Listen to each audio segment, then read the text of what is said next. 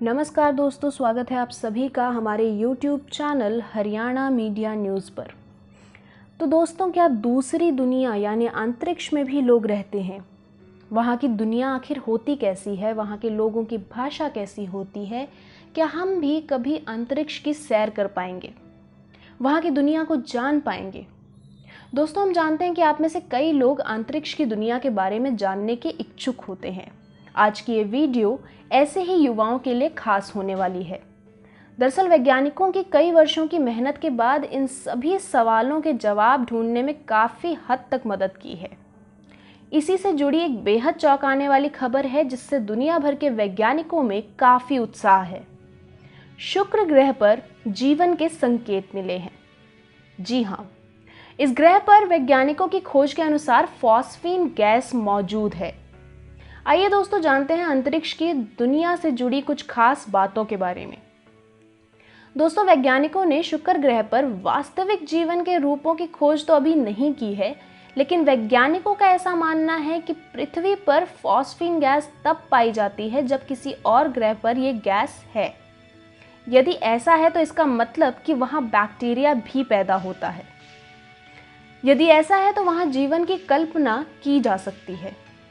अंतर्राष्ट्रीय वैज्ञानिकों की एक टीम ने हवाई में जेम्स क्लार्क मैक्सवेल टेलीस्कोप की सहायता से सबसे पहले फॉस्फीन गैस की खोज की है। इसके बाद चिली में स्थित एटाकामा लार्ज मिलीमीटर सब मिलीमीटर एरे रेडियो टेलीस्कोप की सहायता से इसकी पुष्टि की गई। दोस्तों, पृथ्वी से अलग दूसरी दुनिया में बहुत लंबे समय से जीवन की खोज में वैज्ञानिकों की टीम शोध कर रही है।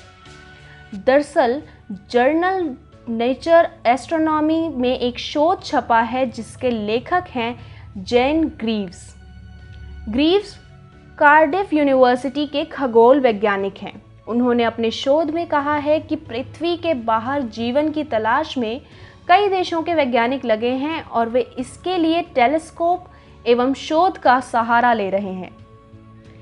ऐसा इसलिए है दोस्तों ताकि उन्हें वो बायो सिग्नेचर मिल सके, ऐसे सिग्नेचर जिससे ब्रह्मांड में मौजूद सौर मंडल एवं दूसरे ग्रहों तथा चांद पर जीवन के कुछ संकेत मिले।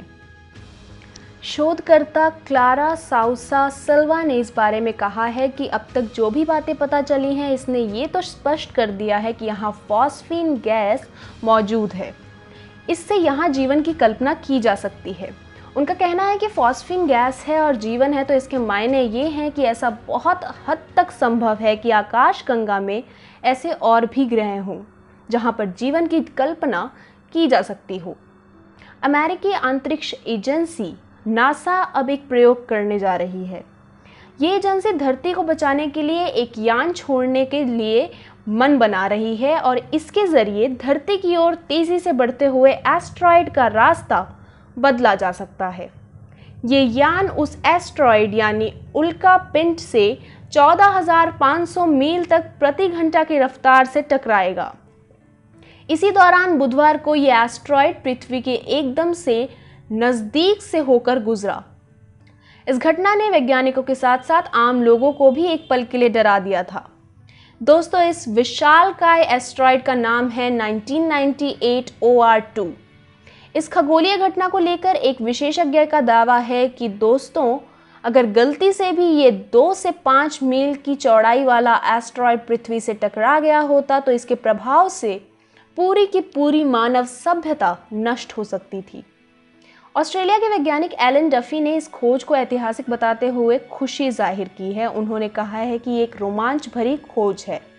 जिस प्रकार सभी बुद्धिजीवी वैज्ञानिक मंगल ग्रह पर जीवन की तलाश में लगे हुए हैं, उसी तरह शुक्र ग्रह पर भी जीवन के संकेत मिलने के आसार हैं, जिस पर वैज्ञानिकों ने अभी तक ध्यान नहीं दिया है।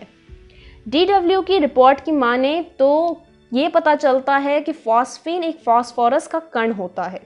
इसमें 3 हाइड्रोजन के कण भी मिले होते हैं। कहते हैं कि ये फॉस्फीन इंसानों के लिए काफ़ी हानिकारक है। एक तरह इंसानों के लिए इसे जहर ही समझें। हाल ही में जारी की गई कुछ रिपोर्ट्स के अनुसार शुक्र ग्रह का वायुमंडल बहुत ही ज़्यादा जहरीला होता है और वहाँ का तापमान अगर आप पूछें तो वो 471 डिग्री सेल्सियस तक भी पहुँच जाता है।